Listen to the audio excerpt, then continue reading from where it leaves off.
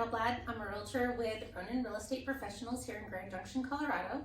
And I'm Hogan Peterson. I'm the Government Affairs Director for the Realtors and Home Builders Associations.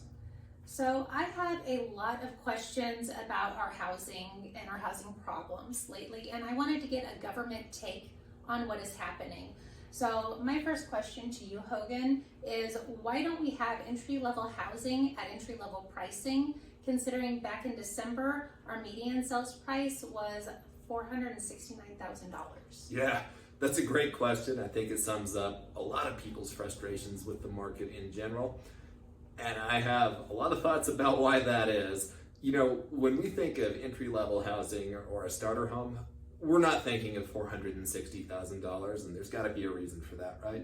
Yes, exactly. Can you tell us what some of the major contributing factors are to that? Yeah, you know, the main paradigm that we got to look at this through is supply and demand. Nationwide, we have an inventory shortage right now, but that's especially severe in Mesa County. Look, housing is a lot like a game of musical chairs. We've got a lot of people and not enough chairs right now, so the chairs we do have gotten awful expensive. Mm-hmm. But I think if you want to look at the way regulations have impacted that locally or within Mesa County, there's a few specific types of things we can look at. You know, the first one is the cost of regulations to the houses that do get built within Mesa County.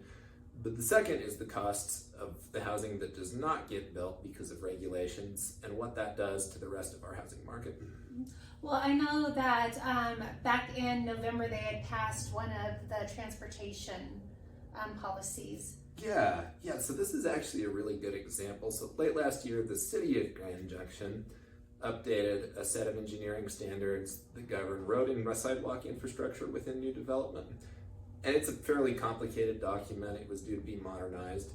But a gentleman testified at that meeting about the impact that it would have on a housing development he was building. Actually, it's a really sad example, Sherry. Obviously, we know what our median price is, and we know that the entry level's not a whole lot lower than that. Well, this gentleman was developing a 31-unit subdivision, and he had a lot of homes around that $300,000 price point. Sad to say that's our entry level, but it is.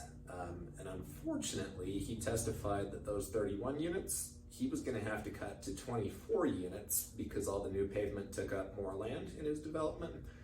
And of those 24 units that got built, each one was going to be $22,000 more expensive. And that cost actually gets put onto the buyer. So that $300,000 home is now $322,000. Yeah, and you know, it's sad, but it's a good example for another reason, and that's those 7 homes that didn't get built. This certainly isn't the only regulation that's depressing inventory. It's just one of them. But every home that doesn't get built during a time of inventory shortage increases the price of all the homes we already have. Yes. And I know that Governor Polis has been in the news lately talking about affordable housing.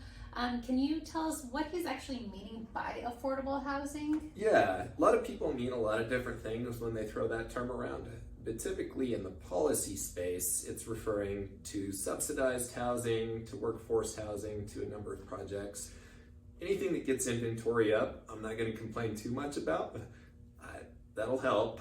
But typically that refers to rental housing and not for sale housing that does not put people on a path to home ownership. Mm-hmm.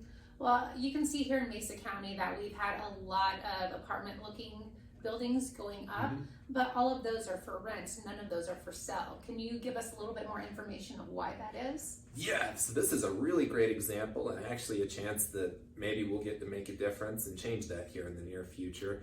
In 2005, Colorado passed a set of consumer protection laws that have essentially made the liability to home builders who build multifamily for sale housing so high that they can't get insurance for those, and as a result, we as a state haven't built them for about 20 years. So you're right, we're seeing a lot of new multifamily go up for rent, and that's great, but it's not for sale. And you know, you mentioned Governor Polis. Him and his conference have supported efforts this year to reform that legislation. The devil's going to be in the details, and we have a couple months to go. But if they're able to change the liability in those situations, and I'm hopeful that we can get to a place to support that. If that happens, I think we're going to be looking at a future where we start building that inventory again. And if we do, the first rung on the ladder to homeownership is going to be low enough that a lot more people can finally reach it. Oh, nice. Thank you for that information. And I have a ton more questions that I want to ask you, but we'll save that for another time. Alrighty, well, I have a ton more to say, but it's a great start. Thanks for having me, Sherry. All right, thank you.